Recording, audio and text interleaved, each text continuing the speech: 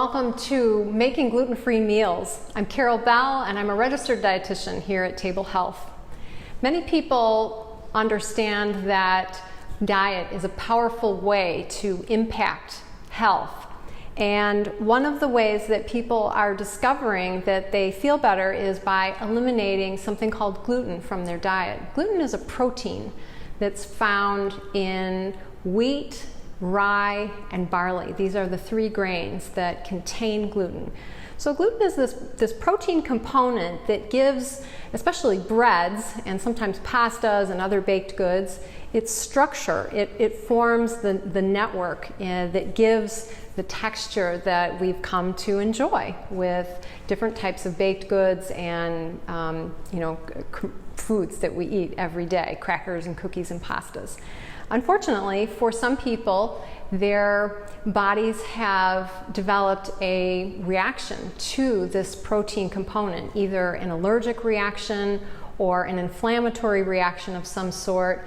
A small percentage of people have something called celiac disease, which is an autoimmune disorder where the immune system begins to degrade and attack the cells of the small intestine and make it hard to digest, and digestion becomes very uncomfortable. So for people who choose to eliminate gluten from their diet for inflammatory purposes to help decrease inflammation, they often resort then to eating a wide variety of commercially processed, very low nutrient foods that still don't help them, and then they wonder why their health doesn't improve. And we can eat a gluten-free diet just as healthfully as with gluten if we know what to choose. And that's what we're going to explore here today.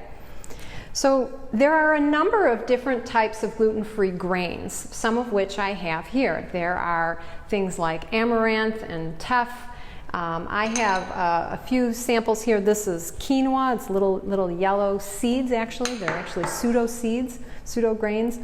This is something called millet. Most people are familiar with millet as a component of birdseed. Yes, we're eating birdseed, but it's actually a nice side dish. We cook it a lot like rice. Then there's brown rice, white rice, wild rice. A lot of people don't cook with wild rice. That doesn't often occur to them that that's an option. You can make really nice breakfast porridges or a pilaf, a side dish. You can use it as a component in stuffings. Many of these types of grains I'm going to show later in this class, in this video, how to make a grain salad, either out of millet or brown rice or quinoa. And then there's also another grain called buckwheat. And despite the name, buckwheat sounds like it's related to wheat, but it's not actually. It's a member of the rhubarb family. And it grows like a cereal type of grass. It's common in Eastern Europe. You'll see this a lot in hearty breads from Russia or Poland. Often they'll use buckwheat flour. You may have had buckwheat pancakes. Maybe you're familiar with buckwheat flour. So this is whole buckwheat raw groats, and in a sense we tend to cook grains very similarly. They do need to be washed or rinsed lightly, and sometimes they taste better if they've been soaked for a while. So a little bit later in this video you'll get to see a demonstration of that. But those are some examples. There are other grains called teff or amaranth or oatmeal. Now oats are an interesting case. Oatmeal in and of itself, where it's grown, is a gluten-free grain. It does not contain any gluten in the seed itself. However, commercial oatmeal tends to be grown side by side with wheat and barley and rye, and they are grown, harvested, and processed on the same with the same equipment. So there's a high level of contamination of commercial oat products. So if you're buying, say, Quaker oats and it doesn't say gluten-free on that label, then chances are there's a high level of gluten contamination in that product. So it's best to choose oats and gluten-free products that say gluten-free right on the label. So you'll often see that in various products that you'll buy at the store. You'll see that labeled accordingly. Another grain that's gluten-free and quite interesting is called sorghum. This one is by Bob's Red Mill. And this is whole sorghum, but you can also find it as sorghum flour, which I use quite a bit in bread baking. And we'll talk about that in just a minute.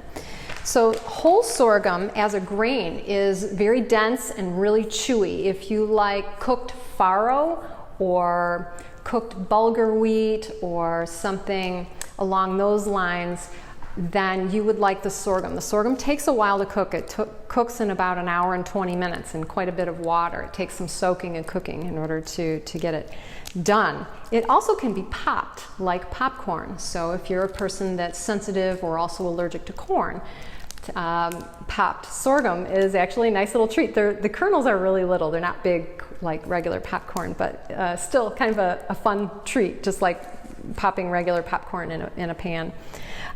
So those are some different examples. Again, corn is another alternative for many people as a gluten-free grain, and we'll see that both as corn on the cob or corn grits, corn meal, corn polenta, corn masa to make corn tortillas. There are a number of products like this one by Food for Life, these sprouted corn tortillas. These are really great alternatives for gluten-free meals, as long as you're okay with eating corn products. Those are gluten-free. And usually, like I mentioned, they will say on the label. Now this one happens to say, it says wheat-free, but it does not say gluten-free. So what that would mean is that maybe the company that produces these also produces other products with wheat and shares the equipment. So they can't label gluten-free on the label, but they can say we don't use any wheat. So depending on a person's level of sensitivity to a product would determine whether or not this is acceptable. So for someone with celiac disease, this would not be acceptable as the level of contamination may be too high for their bodies to tolerate. Whereas someone who simply eliminates wheat as maybe for joint pain or for other health benefits or maybe weight loss, maybe that might be an acceptable alternative.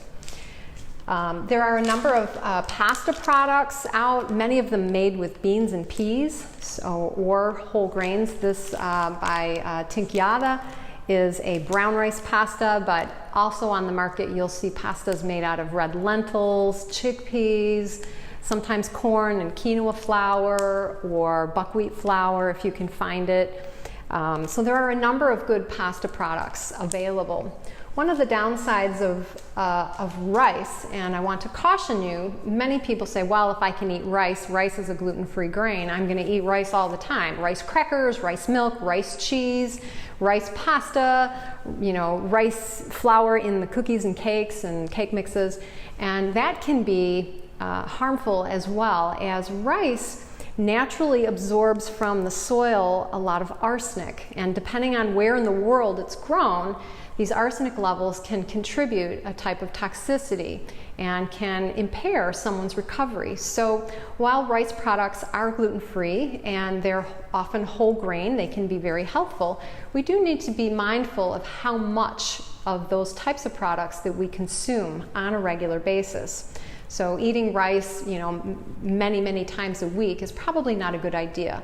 If you're a person that's recovering from something really severe, a severe inflammatory condition, Crohn's or a flare of colitis, or perhaps a fibromyalgia or chronic fatigue type of symptoms, then you may want to steer away from rice more than once a month, if that.